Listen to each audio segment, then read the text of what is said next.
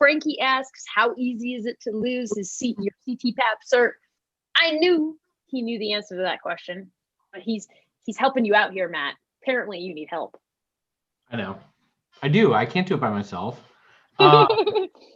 That it takes a village, but it takes a team of amazing product managers and engineers and salespeople and ops people. That was nice of you to say.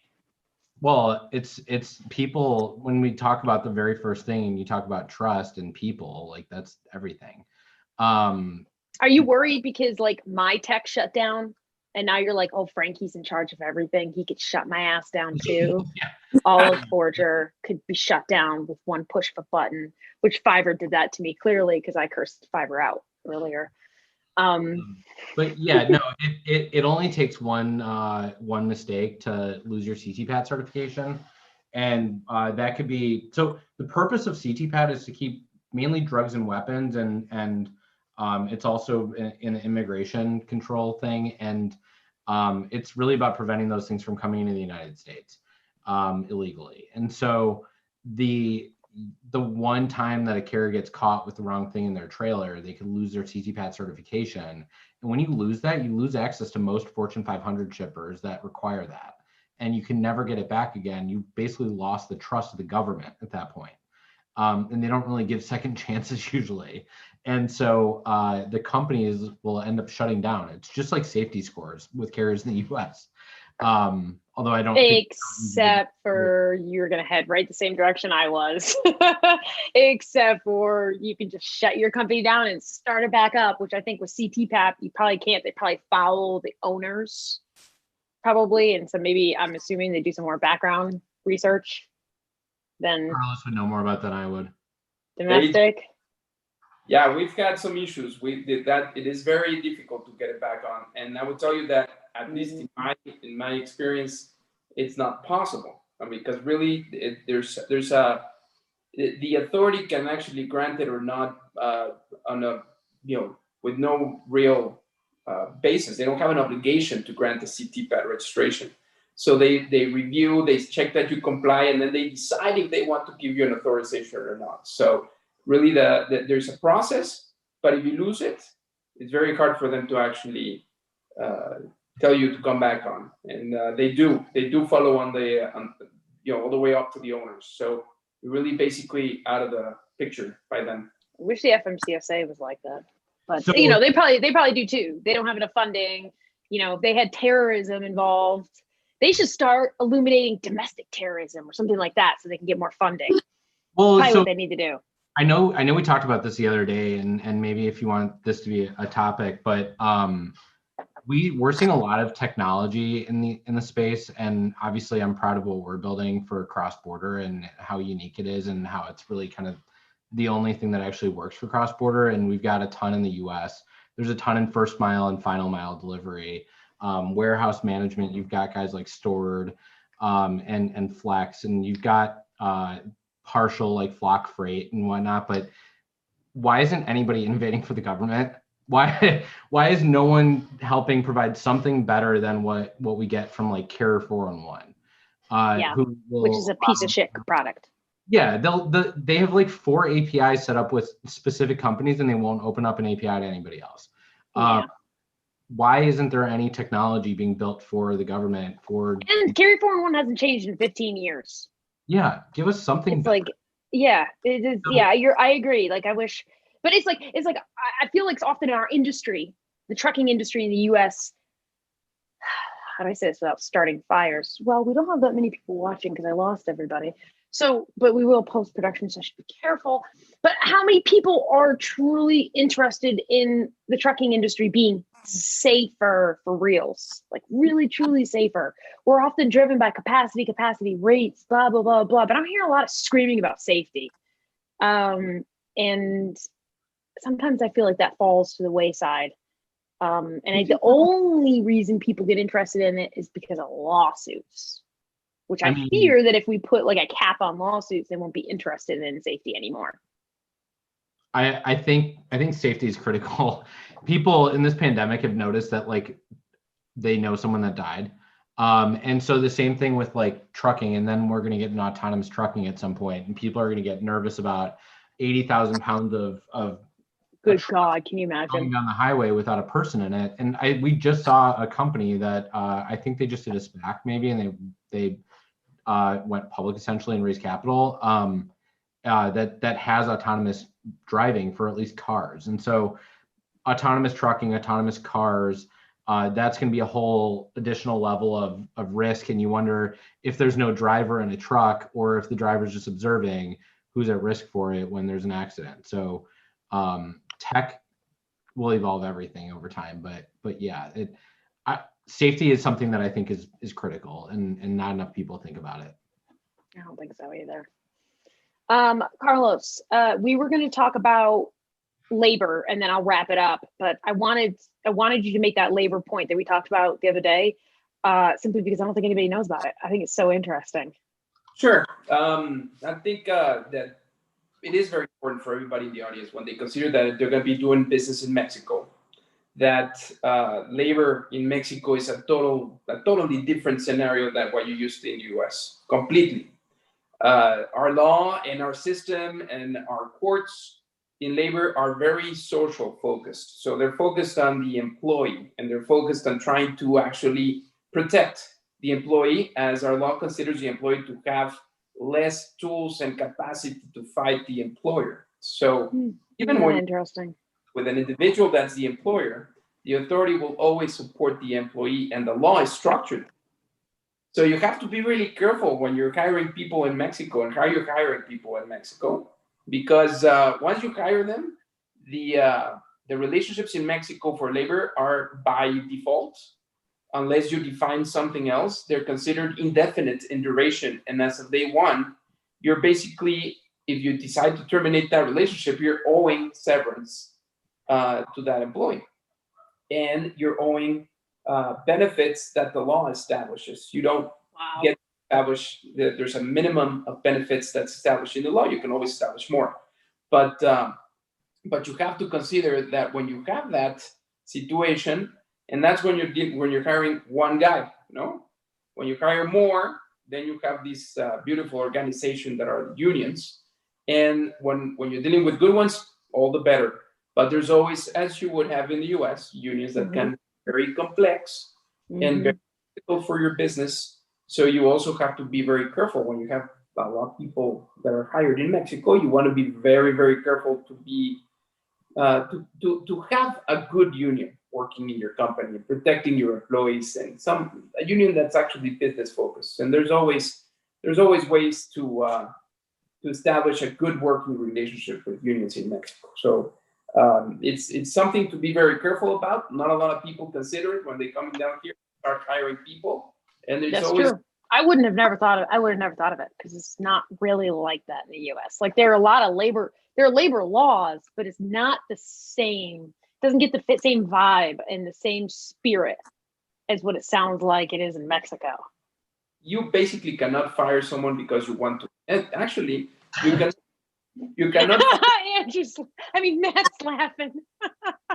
Really? Andrew's laughing too, by the way. And there's also another one, which is basically you cannot fire someone if they're not good at what they do. You cannot fire someone for performance. So if they're not working and they're not doing their work correctly, you have a chance. The law gives you 30 days to make up your mind. Is this guy good or bad? Wow. For that, you have to pay severance. So it's really a difficult scenario, very difficult. Carlos, I know you know this, but in the US, literally, I could wake up and look at my employee and be like, I don't like that shirt you wore today. And you're under 40, and you're white, and you're a man, you're out. And oh, by the way, I'm not paying you severance. And oh, by the way, you can't work for a competitor of mine because you signed a non-compete. Toodles. Just want to give people a comparison. That's another good one. In Mexico, non-competes for individuals, they're against the Constitution. They should be here. They're ridiculous. They're utterly ridiculous. It's I have a pretty strong opinion on non-competes and non-solicits. I think the customer and employee non-solicit piece of it's critical. I think non-competes, we've had plenty of people leave. We've had people that left and lied and said they were going to go work at some warehouse or something like that, and then they went and took a job at a competitor and whatnot, and they think we don't know about it. But we've had we want people to be able to go work. I want someone to be able to get another job somewhere else. That's not the intention, is to prevent them from working. It's about honesty and transparency and the relationship that you built with someone when you help them, you know, with their first real job or a promotion. And so we don't like, I obviously, the agreements in this industry are causing a lot of hostility. You see a lot of it from a lot of the big brokers, and there was obviously that big story a while back about TQL. But I think that's going to cause more and more stress in the industry. The bigger it gets, the more diversified it becomes, and the more the businesses kind of become more unique. It gets harder to point out what's actually competitive and what isn't. One time I had a client, or maybe it was a friend, I can't remember, who said to me that he has all his employees sign non-competes because he doesn't want them shopping around for a better job. And he knows they can't if they have a non-compete. And I was like, you have messed up. That's the most messed up thing I've ever heard. Shame on you. It's your job. That's crazy. It's your job to make it as great of a place to work as possible and put them in a position to be successful and help them develop their careers so they don't want to leave. And we wrote a blog about this a long time ago. I know not everybody that comes to work at Forager is going to be here for 10 years. We already had our first engineer leave and go start his own company. It's a real estate marketplace. So it's not even remotely competitive to what we're doing. And I encourage that. We have someone on our product team that I'm sure will go start his own company one day, if not multiple people on that team. So I encourage people to develop their careers and expand them and grow them. It's really just about the communication on it. The people that get bitter about someone leaving their business and abandoning them, like I left Coyote. I left a company that I absolutely loved, and that was every part of my entire career in my life. Like I owned, most of my clothing was green for a long time. So like it's hard to leave. Most of my clothing was orange for a long time. Yeah. So like it's something that's got that vibrant of a color, but like that's that close to you. But people have to take care of their families, they have to take care of themselves, they have to advance their careers. I encourage people to make sure they learn at every step. And if somebody only comes here for a year and then they move on to another company, maybe they leave here and they go work at Airbnb or Shopify, somewhere really cool. Like don't go work at another freight company in the industry. Like that's kind of boring after a while. So I think Matt, often many people, when we get into freight, we can't get out. It's so hard to find a job outside of freight. Work at someone that's building something more interesting than the giant domestic freight brokerage and learn something. It's hard though, Matt. I have a lot of friends that work at a lot of big brokerages that have been great carrier reps for a long time, but I worry about what they're going to do with their career in 10 years or in 5 years. Like everyone knows what my dad's working on building out from a mastery perspective and how that's going to change some of the big brokerages when they buy into that. And like that creates scale for a big broker that like you don't really end up needing a whole lot of carrier reps for. And so it's the more you think about kind of career development and learning about the world and learning about technology, it's so much more interesting to build technology than it is to just call carriers all day and build a brokerage. Like it's just so boring. It's the same thing over and over again. And like, go learn something new. Go learn how to build software. Learn how to be a product manager. Learn how to be a UX or UI designer. Learn something more interesting that transfers to other industries, because freight, logistics, supply chain is the second largest industry in the world. It's a multi-trillion-dollar industry. There's real estate, there's healthcare, there's so many other markets and so many other industries that also need innovation and need phenomenal, aggressive salespeople. The company my wife works at is not even remotely related to freight, but they love hiring freight people because of the what they learned at kind of that like boiler room experience that they can transfer to an aggressive sales tactic. Oh my God, that is really well stated. They learned from a boiler room experience. Because when you were talking about that in my mind, I was thinking, man, I bet they do like to hire freight people because we grind. We're used to being treated like shit. We're used to being fired all the time. Like, I'm serious, Carlos. It's not like they train us and they motivate us and they build us up. Like, it's a rat race. I don't know. At least maybe the places I have experience in. Forager is much different, though. Frankie will tell us all that. So Frankie's decided he's not going to shut down Forager today. He's going to allow it to live another day. Both of you, thank you very much for your patience with the technology and everything else. Matt, I look forward to having you back for the Canadian show. Everybody who has questions and needs help with legal in Mexico, and actually, I'm not gonna lie, I go to Carlos for Canadian stuff too, and he has lots of Canadian friends and US friends. He kind of hooks me up across the board, and we all know Matt's our expert. And for those of you shippers out there that I've targeted for this show, who are moving freight in and out of Mexico and still kind of fumbling around trying to figure out who's best for it, now you know who to talk to. So I got you the two experts right here. You're welcome. Technology or not, this was still a great substantive episode. So thank you so much to both of you, and thank you, Kramer, in the background. But thank you both, and have a great weekend. Thank you. Thank you very much, Sandra. Thank you for having me.